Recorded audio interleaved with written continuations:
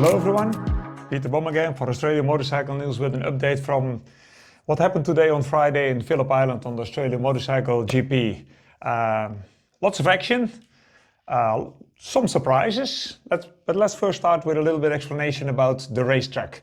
What is typical for the MotoGP bikes, what is difficult for this racetrack is that it has a super high average speed despite having two really slow first gear corners. Means the rest of the corners are just all fast or very, very fast. Fast tracks makes it for the rider also the track effectively quite narrow, especially if you had Siberia and we're going through the hay shed all the way to Lucky Heights. The real width is it's not like it's a small track, but effectively on these very high speeds, the riders have to be so precise. So on this track, you need a bike that is on really high speed, quick to change direction, but in a very stable way. You need stability here because, like I said, the track has fast change of direction, but there's also gusting winds, usually low track temperatures, so everything needs to be super precise on a very, very high speed. Lap times, last sector especially, is quite complicated. This is a first gear corner, then they do second, third until 11. But then all the way from 11 to 12 and exiting 12 under the start, you will be surprised how much riders lap time, how much they can lose just in this sequence of corners.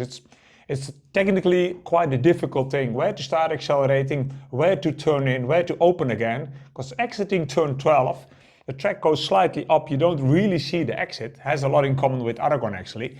And exiting turn 12, really late, when you're almost on the curbs, is the only place on the whole track where they can drop the rear ride height to give a better acceleration, especially give a better stable acceleration over the start-finish straight. On ideal circumstances, which depends a lot on the wind, they can do 355 or something like here. We didn't do that today, definitely not.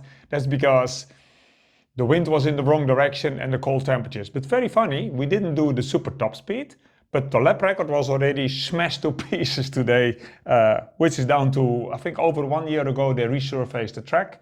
Michelin was a bit conservative last year with the tires they bring. Now they went full on with the proper tires for this new track, for the new asphalt, and immediately we saw some super lap times here. Fastest guy of everybody, Marco Bezzecchi on the Aprilia.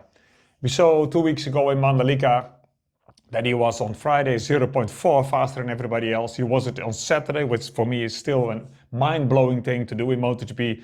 Quite often we have 0.4 over the whole top 10. He was 0.4 faster than number 2 in the last race. He was 0.3 faster here than everybody else as well. And he did it a couple of laps in a row. So Marco Bezzecchi, despite all his injuries, because of his crash he was T-boned, and then he was in a crash with Marco Bezzecchi, with Marc Marquez last time. You even see it when he's walking. He's not like without any pain, but he's really good on the island. You have to know your way around this racetrack, and you have to be. It's a track that rewards not just the brave, but the very committed and sure what they're doing riders. Because he's definitely one of them. But Aprilia also is like it's made for this racetrack. These long corners where the bike spent a lot of time on its side, the aero of the Aprilia works beautifully, just beautifully. It has a very, very good combination of, when it makes enough banking, it's like a ground effect that's like sucks it more to the asphalt. Instead of giving a force that goes straight into the tires, it goes really like vertical onto the bike. And at the same time, they have these beautiful parts that the most people have, but they have it working the most, that speeds up air from under the fairing to help it actually turn, bring the bike more to the inside, which is like a dream for every rider, going into the corner and then getting helped by your aero package. And they have it really, really good on Aprilia, which on this track makes all the difference. So he was the surprise of the day for me. The surprise is that he's so much faster than everybody else. The really surprise of the day has to be Paul Espargaro, the wildcard rider coming in for Maverick Vinales, have not been raced or even have not been on the GP bike for over 2 months, I think, and he's in the top 10. Paul Espargaro is in P8 on Friday, and Phillip Island, I can tell you, and he will tell us as well, it's not the easiest track to jump in with a wildcard when you don't have the confidence and the rhythm from race every weekend. So yeah, kudos, really, really good job from him. And I also like this picture a lot. This picture is actually taken, so we go over here over Lucky Heights. If the riders go from the hay shed to Lucky Heights, they go up. Lucky Heights itself is like a high point, and they have to finish the left-hand corner really fast, but already preparing to go down, braking, and go back to the inside of the racetrack. And all this action comes together in this picture. He's just finished the left-hand corner, sliding the rear, starting to prepare the bike and his body to move to the other side, bring the bike more to the left and have his leg dangled out for braking to the right-hand corner. Lovely picture and lovely action from this guy. But of course, this is the man to beat here. He finished first, like I said, and he did it quite easily. He did it a couple of laps in a row, and he practiced a lot, and I go back to the other picture. He practiced a lot the long lap, which is outside turn 40, because he was causing the accident in the first lap 2 weeks ago in Mandalika, running into the back of Marc Marquez, making both of them crash.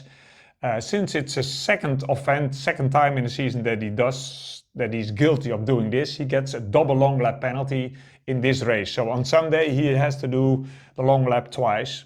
We saw him plenty of times today practicing it, and it's not the easiest long lap to do, because long laps on every track have different positions. I could see his bike going into the long lap area. In the beginning there's quite a big bump, and on the exit it's easy to go too wide and then touching the white, and when you go out of the long lap penalty and don't stay inside the white lines, if you touch the white lines you have to do it again, because then it doesn't work. Aprilia told us after the session that 2 long laps will cost him around 5 seconds, which I think, if you're 0.3 faster than everybody else, is no problem at all.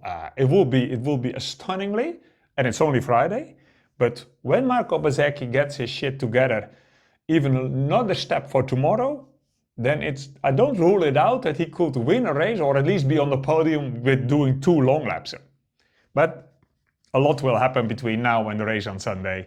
But it's really good to see that Aprilia working so well over here. And proof of that is we have in P2 Raul Fernandez on the satellite Aprilia. Now Raul Fernandez is a good rider, but also nothing more than that. He's 4 years in MotoGP, didn't really set the world on fire. If he puts it on this track in P2, then you know the bike is very, very, very, very good. Third place went to Fabio Gianantonio. It's on a 25 Ducati, which shows it is possible, and it all comes together quite well for him here, because that 25 Ducati has quite a narrow window where it works well. And the thing with the 2025 Ducati is, when it works well, it works very, very well. But if it doesn't work very well, it works really crap. They had a really flying start already on Friday here, Fabio Gianantonio. And the other 25 Ducati is, of course, the guy we also need to speak about, Pecco Bagnaia. He's in the top 10, he's in P9, but it was such an unstable situation watching him, and all the cameras are pointing on him, because if you're dead last in Misano, you win everything in Motegi, and you're dead last in Mandalika. There is a story behind that. So all the cameras are on him. What I saw happening today is that in both sessions, Friday morning, Friday afternoon, Pecco goes out on his number 1 bike, goes out, does a lap and immediately comes in. He doesn't even do a complete flying lap. There's not even a complete lap time for that. And then makes a lot of noises and gesture and body language that all is crap, all is very, very bad. Then they switch the wheels to the other bike. He goes out with that, is also not that fast, and slowly building up some speed. And in the end, he's in the top 10. But it just looks like a very unstable situation. A guy that has no confidence, looks really, really lost. Yeah, but it's good to see him at least on Friday already in the top 10. That must be such a huge relief for him. Then we have Paul Espargaro in 8. I already gave a lot of praise to him. We have Alex Rins in P6. That's also quite special. And Fabio Quartararo in P4. So 2 Yamahas in the top 10. That's cool. We have 2 KTMs in the top 10. I was expecting actually Pedro Acosta in P10 to be a little bit more to the front. He did a lot of brilliant things over the whole Friday, but he didn't really put one proper good lap together there. But Pedro Acosta was quite special in turn number 3. We don't call it turn number 3. This is just Casey's. Nobody says it's Casey Stoner's corner just to say it's Casey. But he did it in the Casey Stoner way here around the tree. Means you accelerate hard out of, I think this is called Southern Loop. You accelerate really hard on it, go to the outside, over a little bit of a crest, then you drop it down, you just close the throttle again, just to make it help tipping it in, and immediately opening it again, enough to make it spin and to make it step out a little bit on the rear, and then with the rear stepping out, he, like a rally car, he helps it turning around turn 3, some extra to get back to the left side of the track for the braking. You need to be very precise to do that, and the way Acosta was managing the rear tire slip, that was just it was beautiful, beautiful to see. He needs to get his shit together and do more or less what he does here, a little bit better here and here as well, because he loses too much in the last sector. It's a very, very difficult last sector in Phillip Island, because it's super, super fast 12 and it's also blind. You need to know where to turn in. You need to know and remember very well when to start opening the throttle, because you don't see the exit of the car, because it goes up. Beginning of the straight, it's up, up, up, and you need to exit on a good lap over just on the curb. Before the curb, you lost lap time. After the curb, you're in all sorts of trouble, because there's grass. That's the good thing of this racetrack. Nobody ever does any track limits here. You don't want to do that, because first of all, it's old school flowing track. You don't really need to use a lot of curb. But secondly, after the curb, the green is not painted tarmac. The green is grass, and you really don't want to get there. So there's a couple of reasons why I love old school tracks, and this is one of them.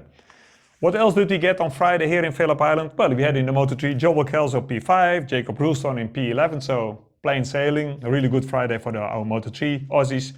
Moto2 even better, Roulstone and Agius in second and really, really close to first. This is actually the track where last year he took his first podium. He started this season so really, really well, then lost it a little bit his way. Found it back 2 weeks ago in Mandalika, but only on Saturday afternoon and on Sunday. Did some really promising things there, but had to start too much from the back. And it's really good to see him on the front again here, which is not the same I can be say for Jack Miller. He finished P13 today. He was up there all the time with the Yamaha, we have 2 Yamahas in the top 10, so it should be possible. Jack was just not that lucky in when he was on the track, who he was following and what tire was on it at that moment. But he's one of the 3 guys I expect to do the jump from Q1 to Q2 tomorrow. Because in Q1 is Fermin Aldeguer, Brad Binder, Jack Miller, Johan Mir, Zarco and a lot of other guys. But for me, it's Johan Mir, Jack Miller and Brad Binder. Yeah, also Fermin Aldeguer. There's 4 guys going to fight for 2 places in Q1. The problem is, it's a jungle, the Q1. Because sometimes when you're in the top 2 in Q1, that later turns out to be a lap time that's already good enough to be in the top 6 or something in Q2, but you need to do it. The good thing is, when you're in Q1 and you make it to Q2, you get another tire, so you don't lose the tire. And secondly, you start Q2 10 minutes after Q1 with already an advantage on everybody else. You have been done a couple of laps on the limit over there, so nobody wants him to be in Q1. But once you're there and you make the stop, it can really help you to do something special after that in Q2. That was it from the Friday in Phillip Island. Hope you enjoyed it, hope you liked it. Hope to see you again tomorrow. Thanks for watching, everyone.